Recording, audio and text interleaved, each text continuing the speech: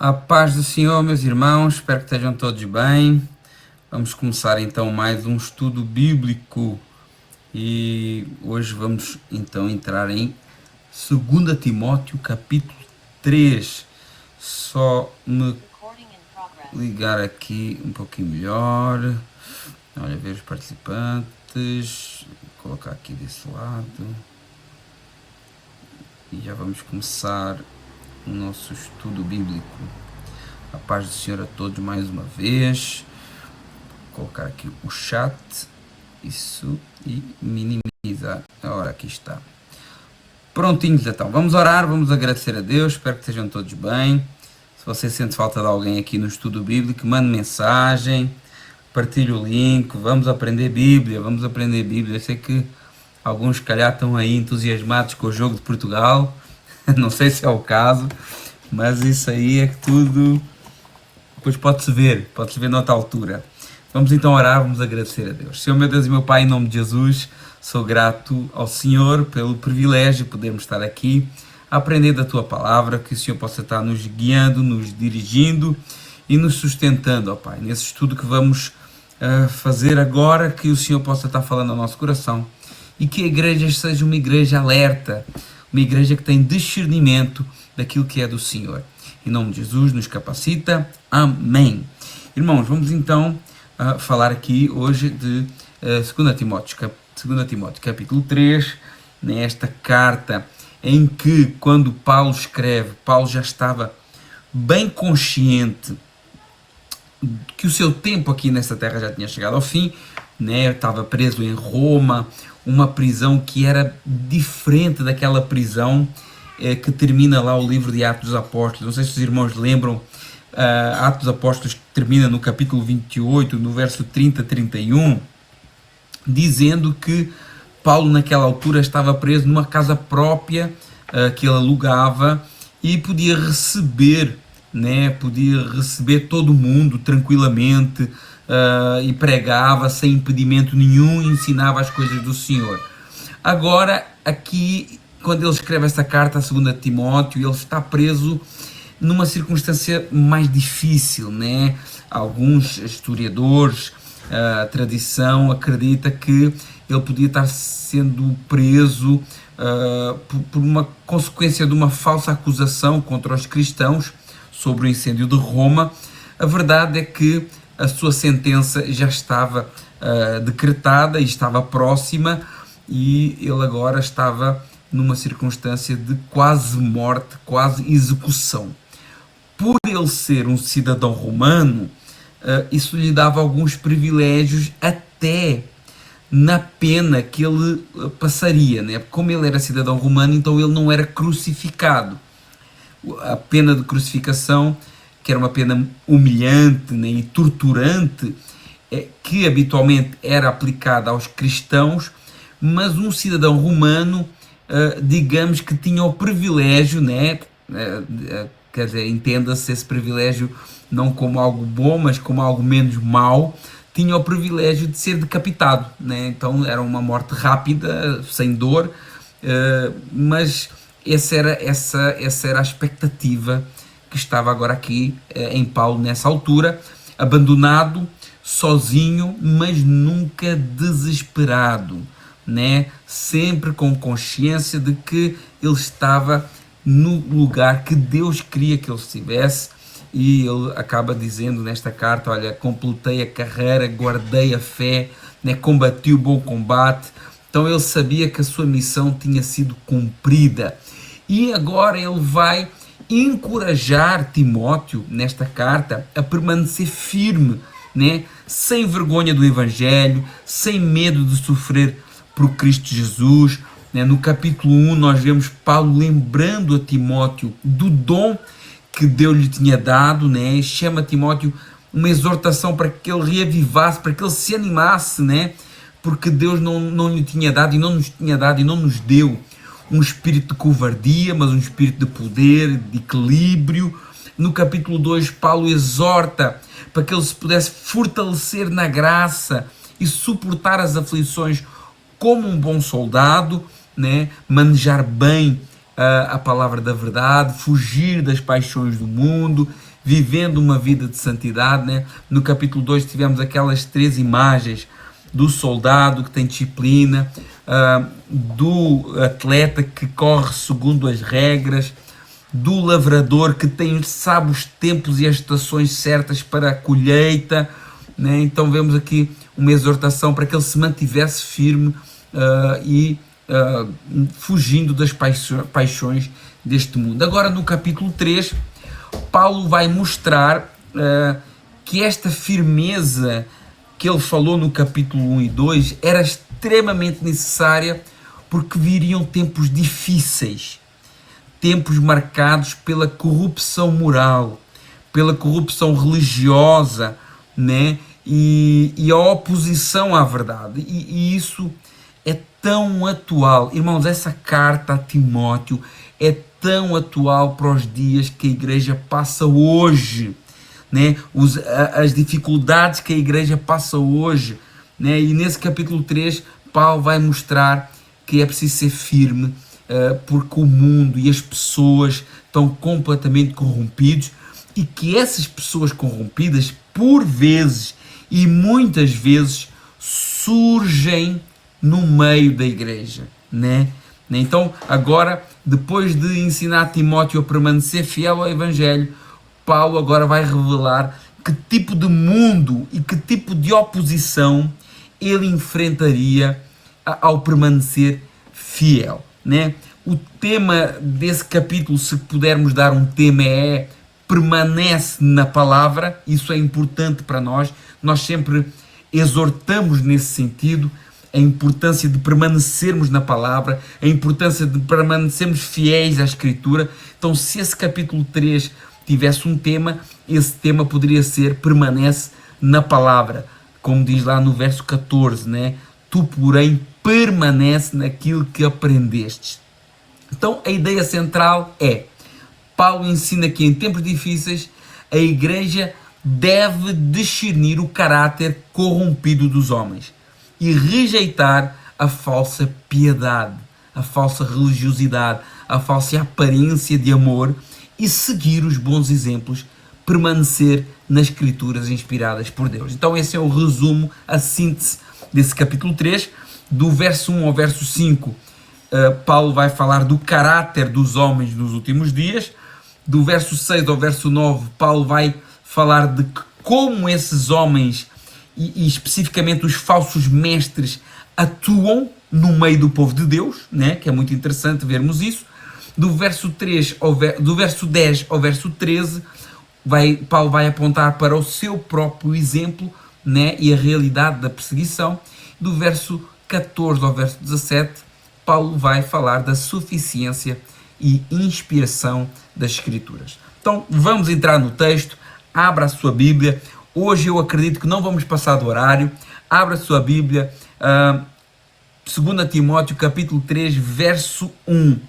E olha a afirmação que Paulo já começa fazendo.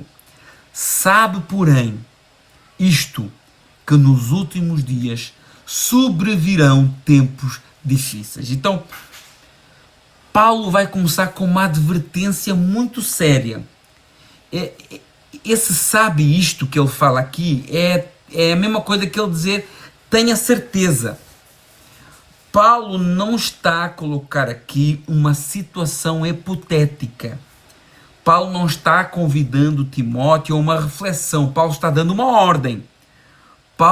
Timóteo não deveria ser ingênuo e ficar desesperado quando viessem as dificuldades, que é o que acontece às vezes conosco, né?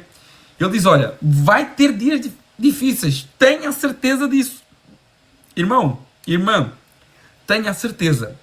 Vêm dias difíceis para nós que queremos ser fiéis a Deus. Ele fala aqui dos últimos dias, mas no Novo Testamento, quando se refere aos últimos dias, fala do período entre a encarnação do Verbo e a vinda do Senhor em glória, né? Então, quando se fala dos últimos dias, fala-se desse período do ministério terreno de Jesus até ao arrebatamento da igreja, né?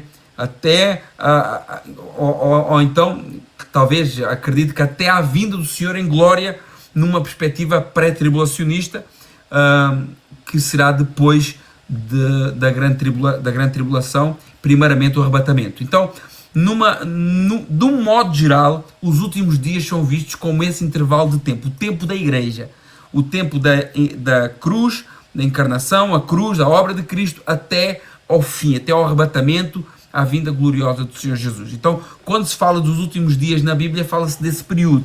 Então, e Pedro vai usar essa linguagem em Atos capítulo 2. Atos capítulo 2, verso 17, né?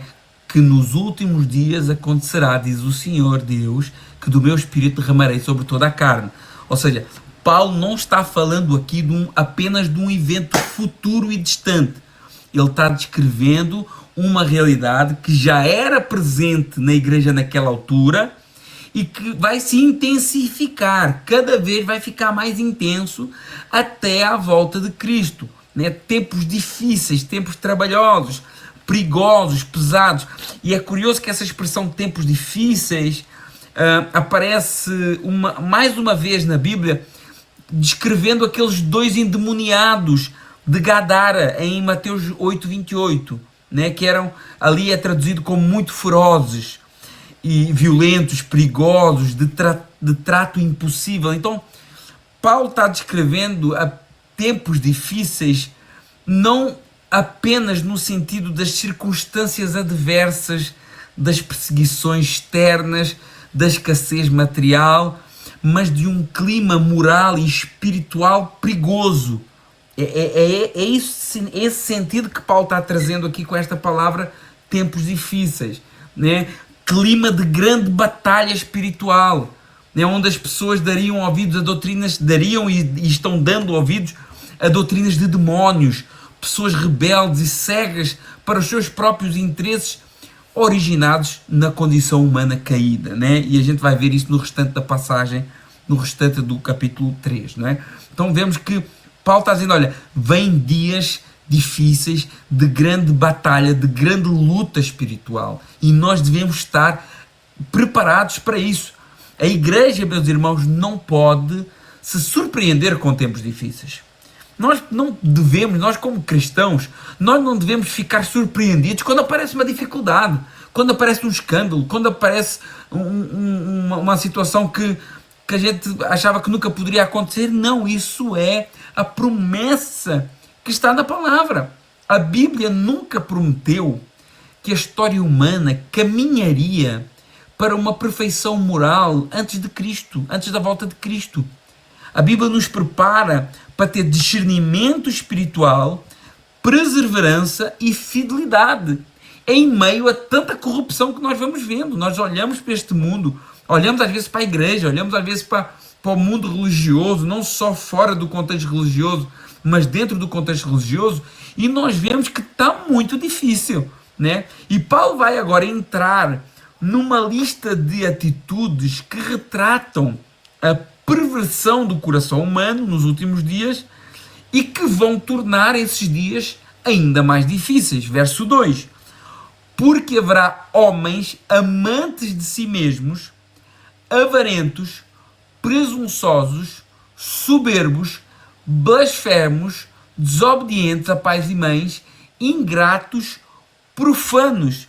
Então, repare que a primeira característica acaba sendo a raiz de muitas outras: amantes de si mesmo. Esse é talvez o maior impulsionador de todo o desejo de pecado, né? Quando o homem começa a olhar somente para os seus interesses, né? Quando o homem começa a se amar a si mesmo. E não é por acaso que Paulo começa falando isso: homens amantes de si mesmo. Quando o homem começa a olhar somente para os seus interesses, é quando começa-se a corromper.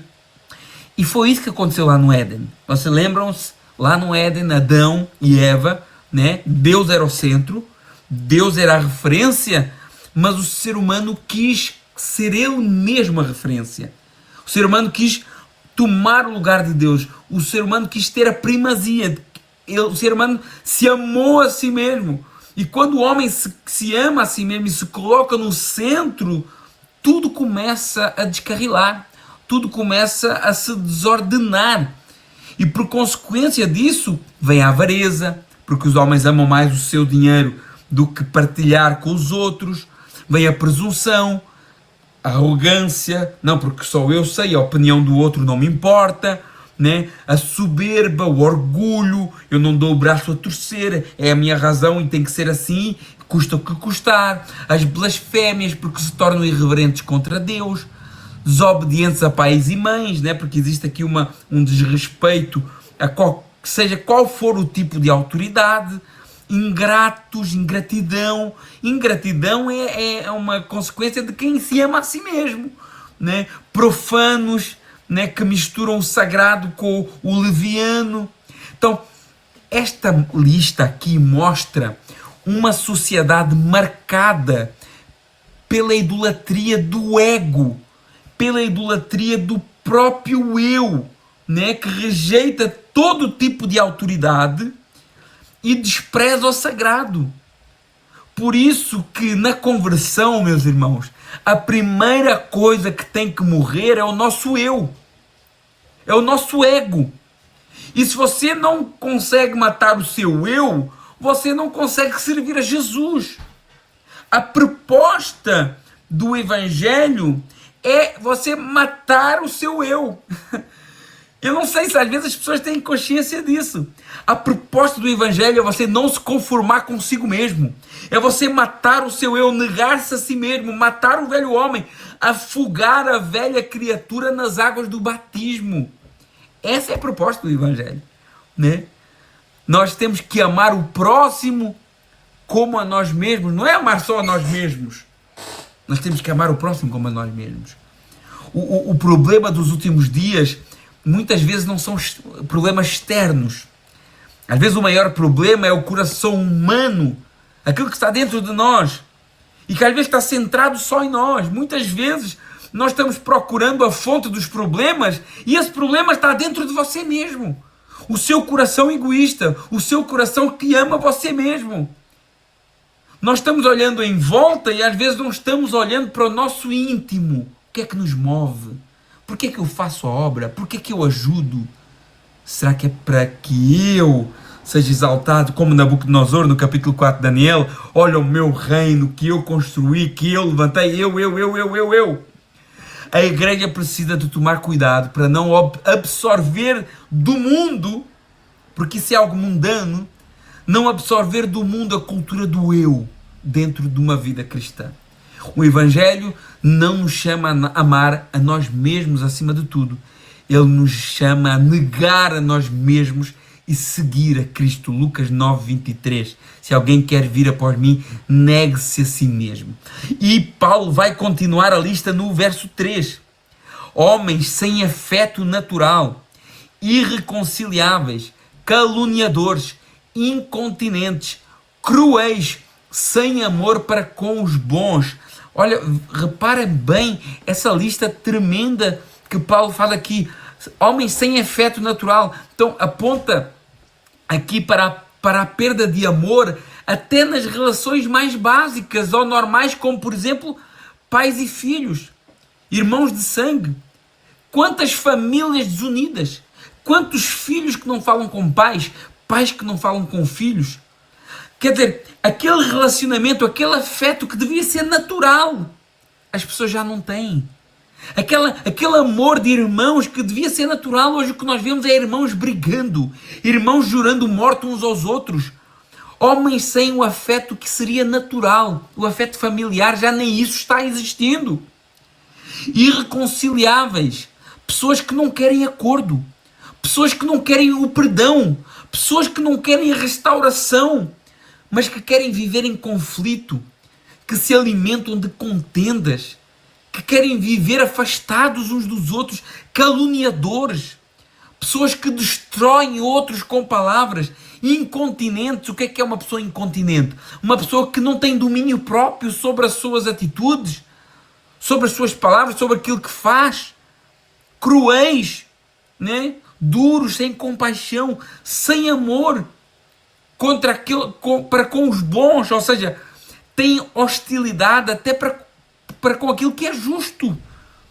Quando o homem rejeita a Deus, meus irmãos, e se coloca ele no centro, até as relações humanas se deformam. A espiritualidade verdadeira sempre produz relacionamentos saudáveis, irmãos. Se você conhece alguém, ou se você é alguém que tem um monte de inimigos, um monte de pessoas que não falam consigo, um monte de pessoas que estão contra si, e não é porque você é cristão zeloso, mas por outras razões, então existe alguma coisa errada. Você não consegue pedir um perdão, você não consegue uma reconciliação. Espiritualidade verdadeira sempre produz relacionamentos saudáveis, amor, domínio próprio, perdão, bondade. Verso 4. Olha mais algumas características. Traidores, obstinados, orgulhosos, mais amigos dos deleites do que amigos de Deus. Então Paulo fala aqui de traição, teimosia, orgulho, amor aos prazeres, né? Pensa, a pessoa gosta mais do seu deleite do que de Deus. A pessoa gosta mais do seu vício do que de Deus. A pessoa gosta mais dos seus prazeres do que daquele que o salvou ou que o pode salvar. Não é que essas pessoas aqui não tenham religião. O próximo versículo vai mostrar que eles têm uma aparência de piedade. O problema é que o prazer ocupa o lugar de Deus.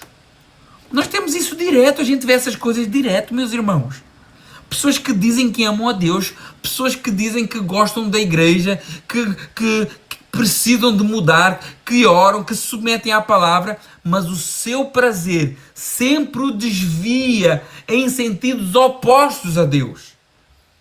O orgulho é mais importante, o prazer é mais importante, os seus planos são mais importantes, as suas ideias são mais importantes. Por isso as pessoas, como gostam mais de si mesmas, elas não têm problemas em trair, elas não têm problemas em negar a Deus e seguir o seu próprio desejo, né? O grande perigo da igreja, meus irmãos, não é apenas perseguição externa, é quando os prazeres se tornam mais amados do que Deus. E uma pergunta séria a gente deve fazer: o que é que governa mais o nosso coração? A vontade de Deus ou a sua própria vontade? Faça essa pergunta, eu faço para mim também. Irmãos, eu prego para mim também. O que é que tem governado o nosso coração? Por vezes o prazer, às vezes, nem está em vícios convencionais. Nem sempre estamos a falar de tabaco, de álcool, de drogas, né? Mas às vezes o prazer de estar no centro da razão, o prazer da vaidade, o prazer de satisfazer o seu próprio orgulho.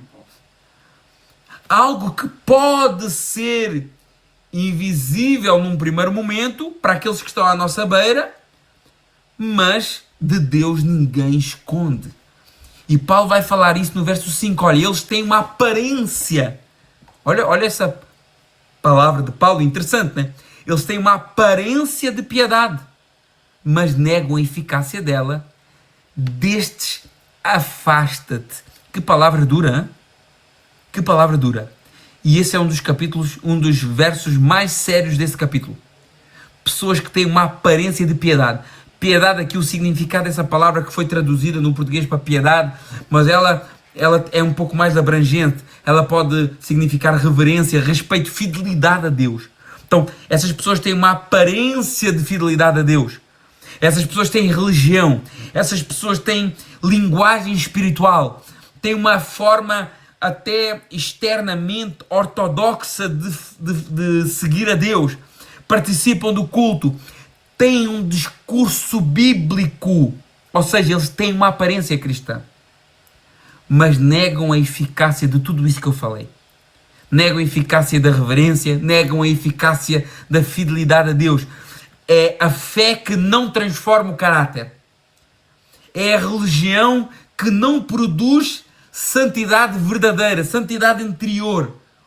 Pode mudar de roupa, pode mudar as palavras, mas o coração continua corrompido. O coração continua a amar-se a si mesmo.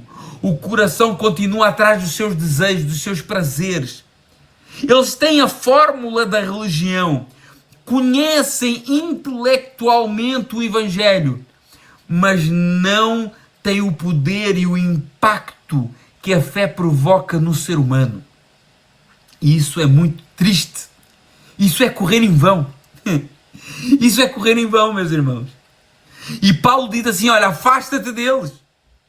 Olha a ordem de Paulo. Paulo não está falando que, olha, vai lá e convence-os, vai lá e anima. Não, Paulo diz, afasta-te desse aí. Gente hipócrita, Jesus não teve paciência, não. Gente hipócrita, Jesus chamava raça de víboras. João Batista, né? Então, a ordem é afasta-te. É uma ordem pastoral de Paulo para nós, para a igreja, para Timóteo e para nós. Paulo não está dizendo, olha, fica insistindo com esse povo. Fica debatendo com esse povo. Fica brigando com esse povo. Não, afasta-te deles. Não percas a tua energia. Não percas o teu tempo com esse povo rebelde. Esse povo que se ama a si mesmo. Não, afasta-te deles. Nem tudo o que parece ser espiritual vem de Deus. Irmãos, prestem bem atenção.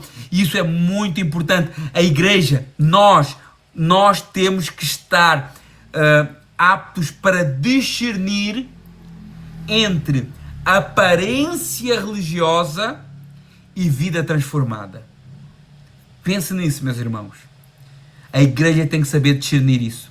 Entre aparência religiosa, palavras bonitas, aparência de santidade, aparência de piedade e uma vida verdadeiramente moldada pelo Evangelho. O Evangelho verdadeiro não muda só o discurso, não muda só a roupa, não muda só a aparência, não, muda o caráter, muda o coração, muda a conduta. É isso que o Evangelho verdadeiro faz na vida do crente. E olha o que é que... Agora Paulo vai falar da atuação desses falsos mestres, desses falsos cristãos. Verso 6.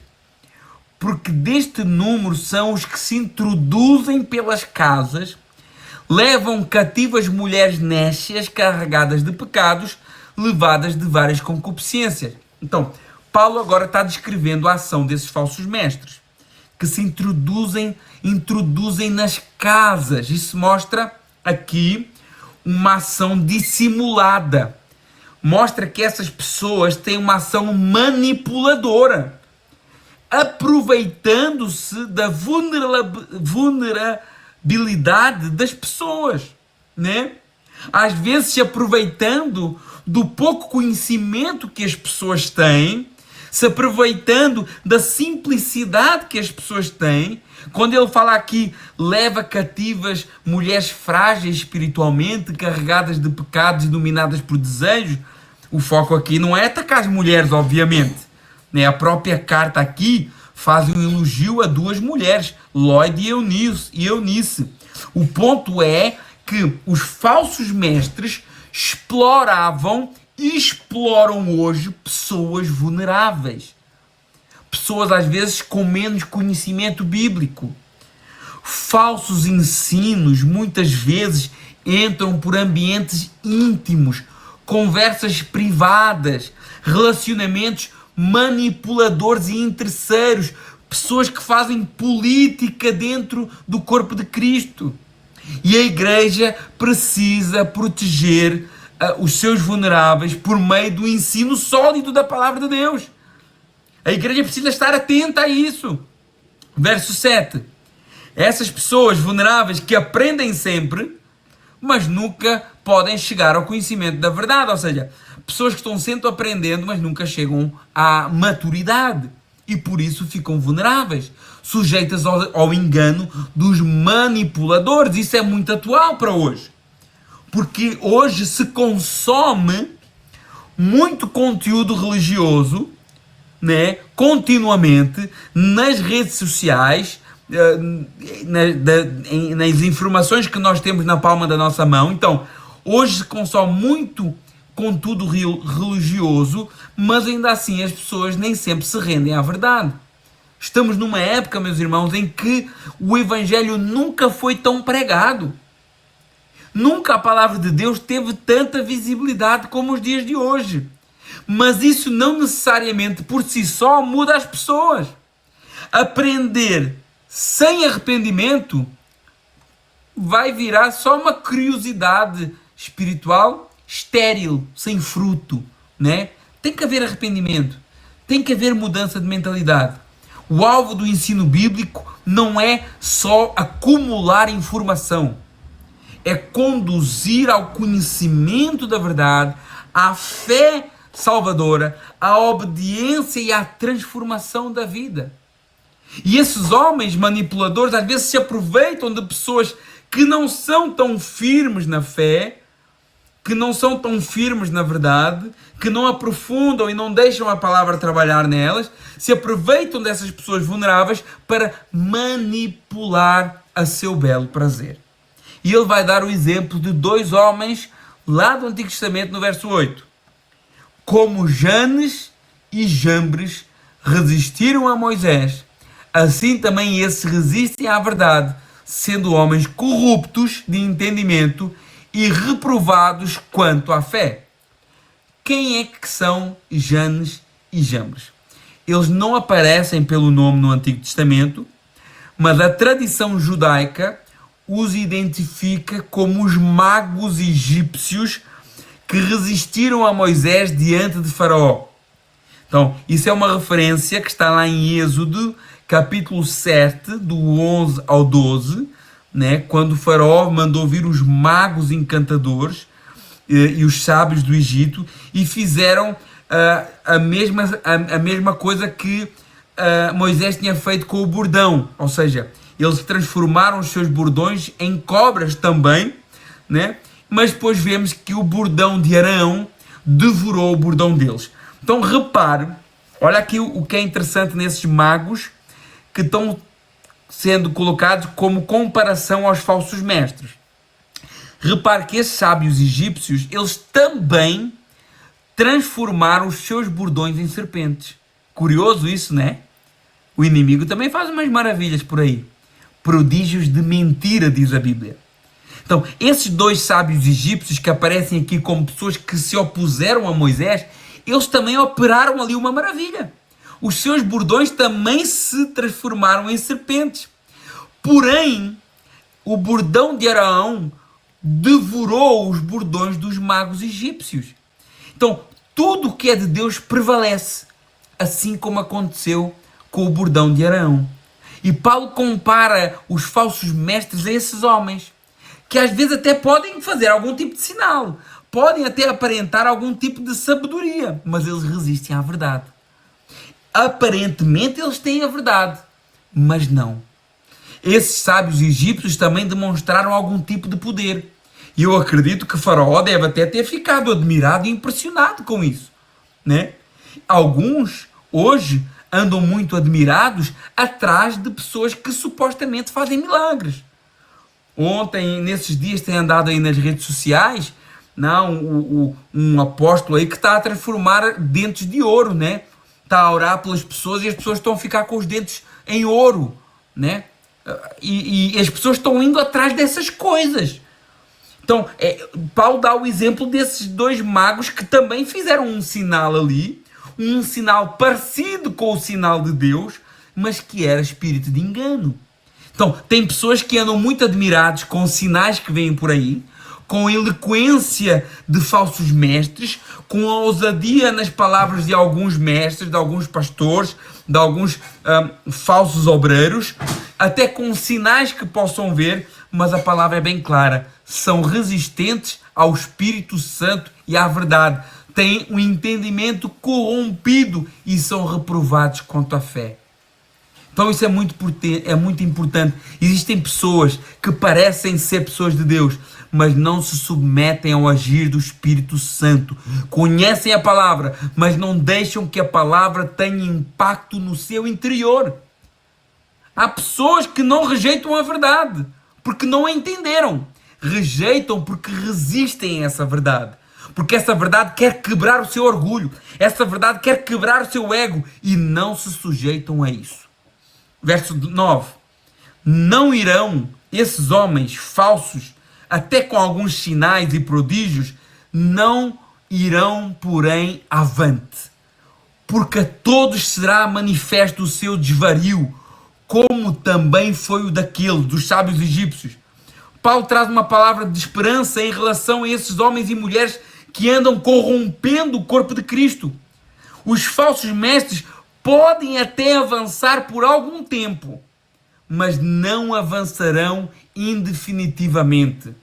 Assim como os magos do Egito foram expostos diante do poder de Deus, também os falsos mestres serão manifestos. Mais cedo ou mais tarde, quem não é de Deus vai se revelar. Quem é de Deus vai permanecer. Mais cedo ou mais tarde, tudo aquilo que não pertence a Deus será manifesto.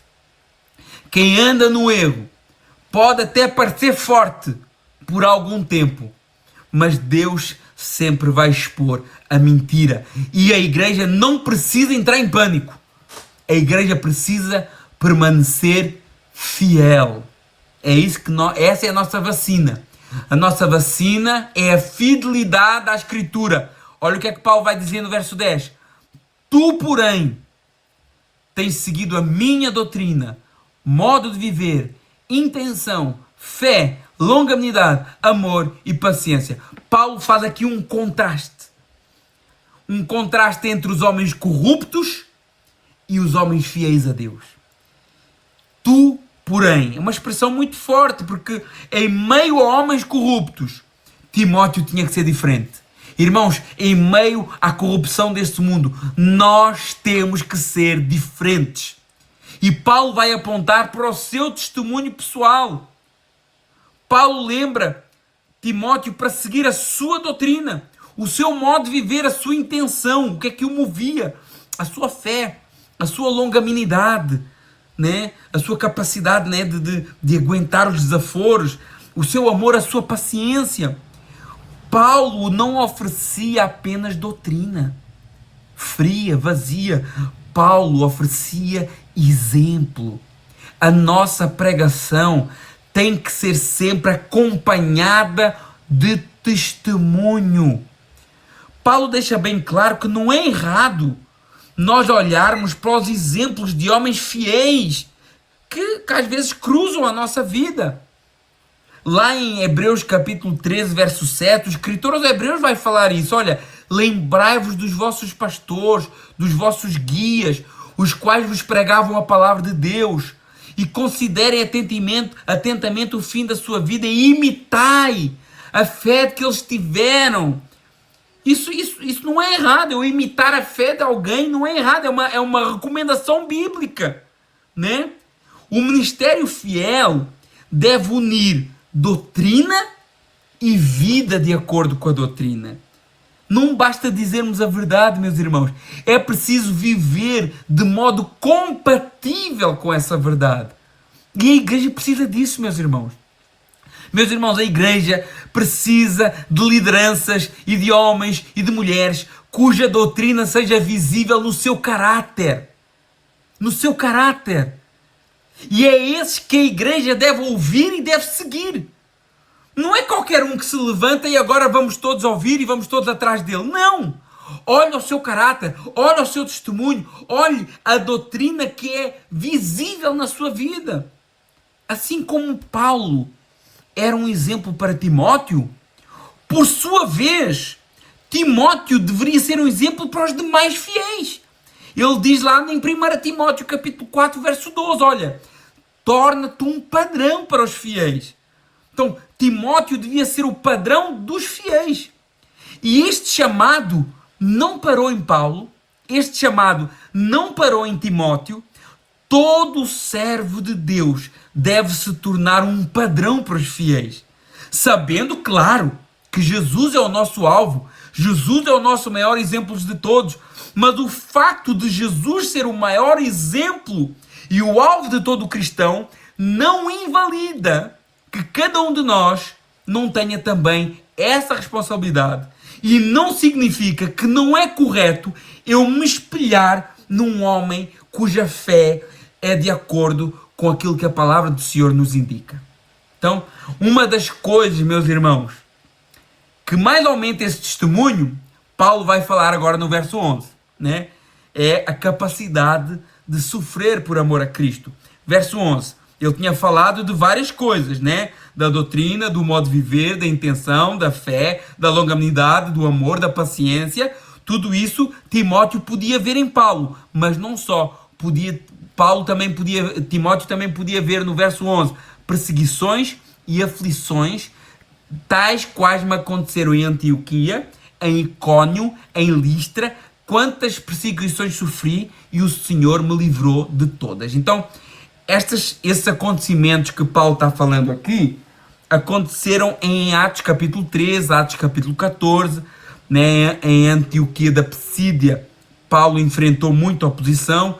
Em Icônio houve uma tentativa de apedrejamento e em Listra Paulo foi apedrejado e deixado como morto, né? Está lá em Atos 14, 19. E Listra era a cidade de Timóteo. Então, provavelmente, quando Paulo diz isto, provavelmente Paulo conhecia bem essa história. Mas ele dizia, olha, vejam os meus sofrimentos, vejam os meus testemunhos, vejam os meus sofrimentos e veja que Deus me livrou de tudo, né? Isso não significa que Paulo não tenha sofrido. Significa que Deus preservou Paulo para cumprir o seu propósito. O livramento de Deus, atenção a esse detalhe, que o livramento de Deus nem sempre significa ausência de dor. Às vezes Deus nos livra através da dor, preservando-nos até na nossa missão mais difícil e sofrida. Mas Ele vai nos preservando para que o seu propósito seja alcançado. E agora vem um texto que não cabe na cabeça de quem não entende o Evangelho. Verso 12. E também todos, ele diz, olha, eu sofri, mas também todos os que piamente, com fidelidade, querem viver em Cristo Jesus, padecerão perseguições, né? Todos os que desejam viver piedosamente em Cristo sofrerão perseguições. Não necessariamente todos sofrerão do mesmo modo, na mesma intensidade ou na mesma época, mas a vida piedosa sempre encontrará conflito com o mundo. Jesus falou, João 15, 18, o mundo vos odeia, mas saibam que primeiro me odiou a mim. Então, a perseguição e as dificuldades não são sinal de fracasso ministerial, é sinal de fidelidade. Uma igreja que nunca incomoda o mundo, talvez precise perguntar se ainda está pregando o Evangelho por inteiro. Verso 13.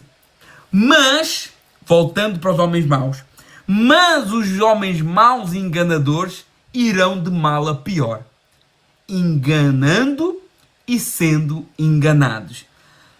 Paulo não apresenta aqui uma visão romântica da humanidade corrompida, não. Ele é direto ao assunto. Esses homens, ao qual tu deves fugir deles, não fica insistindo, não. Porque esses homens vão de mal a pior. Eles enganam e são enganados. Porque o pecado tem esse poder. Quem engana os outros normalmente se torna vítima do próprio engano, né? A palavra é bem clara, Salmo 42, verso 7. Um abismo chama o outro abismo. Quando um homem se afasta de Deus, um pecado pode abrir espaço para outro. Uma queda pode conduzir a outra queda. Um abismo chama outro abismo. E o prêmio para quem é duro de coração é mais dureza ainda. A recompensa para quem gosta de pecado pode ser mais pecado ainda. E a mente vai ficando cauterizada, vai perdendo a sensibilidade em relação ao certo e ao errado. E a palavra do Senhor diz algo muito duro para esses homens. Verso 24 de Romanos capítulo 1.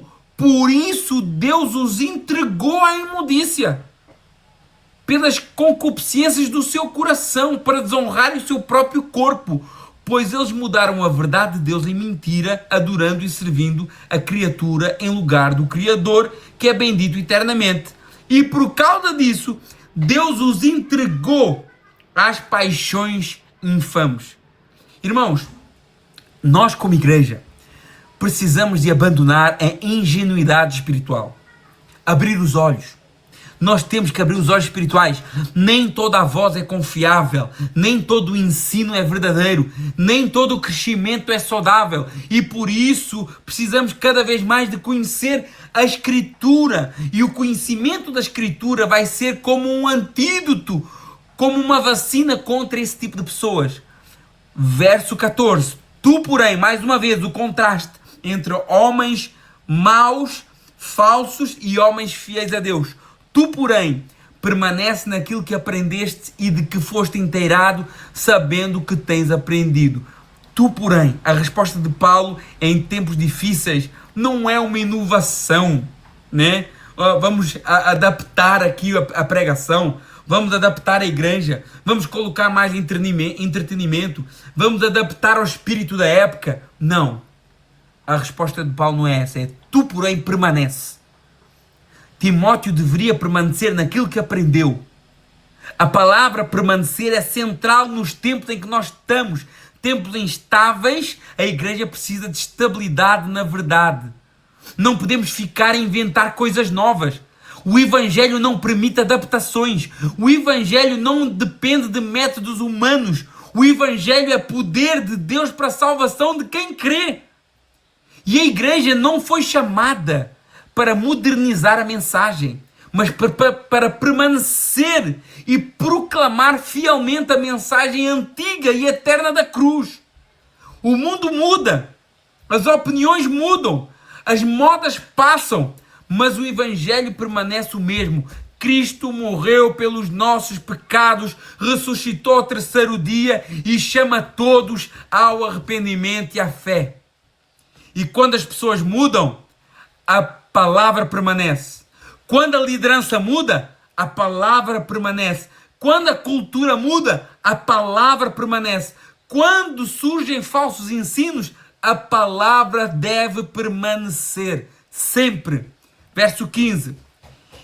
Essa palavra, esses ensinos, que desde a tua meninice, verso 15, sabes as Sagradas Escrituras, que podem fazer-te sábio para a salvação pela fé que há em Cristo Jesus. Timóteo conhecia as Escrituras desde pequeno. Nós vemos isso lá no primeiro capítulo de 2 Timóteo. Foi ensinado pela sua avó, pela sua mãe. As Escrituras tornam sábio para a salvação. Mas o texto é bem claro. Salvação que é pela fé em Cristo Jesus, né? E isso mostra que toda a Escritura aponta para Jesus, né? A Bíblia não é apenas um livro de moralidade. A Bíblia e a Escritura conduz para Jesus, conduz para Cristo. O próprio Senhor diz, olha, examinais as Escrituras, porque crês que nelas tens vida eterna, mas são elas que testificam de mim. Então, nós temos essa responsabilidade de aprender as Escrituras e de ver nas Escrituras a condução à pessoa de Cristo. Ensinar a Bíblia às nossas crianças, aos nossos jovens, conduzindo-as para Cristo. Não só as historinhas que podem ser edificantes, mas que devem traduzir Cristo e o Evangelho em todas elas. Verso 16, estamos quase terminando.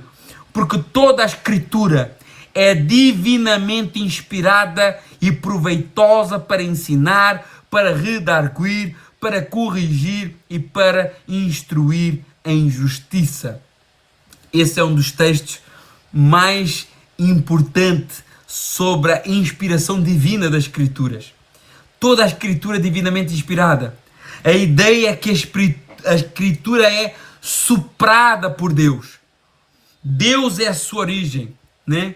O próprio Pedro, lá na sua segunda carta, capítulo 1, verso 21, diz: porque a profecia nunca foi produzida por vontade de homem algum, mas homens santos de Deus falaram inspirados pelo Espírito Santo. E a Escritura é proveitosa para ensinar. Ela revela a verdade. Ela revela o que nós devemos fazer para redarguir, o que é? Para confrontar o erro. Os erros devem ser confrontados com a Escritura, não com opiniões. Ai, porque eu acho que ele fez aquilo e que é pecado. Ai, porque eu acho que ele fez aquilo outro e está errado. Isso não existe, meus irmãos. O que confronta o erro, o pecado, tem que ser a Escritura e não usos e costumes e tradições humanas. Então, a Escritura, ela ensina, ela confronta o erro, ela corrige, endireita o caminho. Porque não vale só confrontar, temos que corrigir, temos que apontar o caminho certo. Ela instrui em justiça, né? Ela forma uma vida justa diante de Deus. E a igreja não precisa, meus irmãos, presta atenção, a igreja não precisa de uma palavra mais moderna. A igreja precisa de voltar à palavra inspirada. A Escritura é suficiente para ensinar, confrontar, corrigir e formar o povo de Deus. E para terminar, verso 17. Para que o homem de Deus seja perfeito e perfeitamente instruído para toda a boa obra. O objetivo da Escritura, para além de apresentar o nosso Salvador, como nós já vimos, é formar o homem de Deus, o homem fiel, não o homem falso, não o falso homem de Deus, o verdadeiro homem de Deus, que é transformado de dentro para fora. Perfeito aqui não é que não possa errar em nada, não é que seja homens mais elevados que todo mundo, não, é no sentido de maturidade. E pessoas maduras às vezes também falham. Pessoas maduras às vezes também cometem erros. Não estamos a falar de pessoas que não cometem erros. Estamos a falar de pessoas com maturidade. Maturidade, por exemplo, para discernir os falsos dos verdadeiros. Né? Pessoas capacitadas. A Escritura prepara o servo de Deus para a boa obra. Hoje muitas pessoas querem fazer obra. Muitas pessoas querem fazer coisas na igreja. Querem fazer coisas no meio religioso. Mas tem que ser preparado pela Escritura. O chamado sempre é de Deus, é sempre sobrenatural, mas quem verdadeiramente tem esse chamado no seu coração, ele vai entrar na Escritura, ele vai conhecer a Escritura, ele vai ter sede e fome da Escritura, ele não vai perder nenhuma oportunidade de crescer no conhecimento de Deus. Essa é uma evidência de quem verdadeiramente é chamado. Quem verdadeiramente é chamado não se apoia naquilo que já aprendeu, se apoia aprendendo constantemente mais e mais da palavra de Deus. Maturidade espiritual para discernir os bons dos maus, os certos dos errados, os falsos dos verdadeiros, nasce de uma vida moldada pela palavra. Uma igreja cheia de palavra será preparada para enfrentar tempos difíceis, discernir o erro e praticar as boas obras. Essa 2 Timóteo capítulo 3 ensina que nos últimos dias serão marcados por homens amantes de si mesmos, com aparência religiosa, com aparência de zelo pelas coisas de Deus, mas sem poder. Falsos mestres que querem perseguir e enganar na obra de Deus.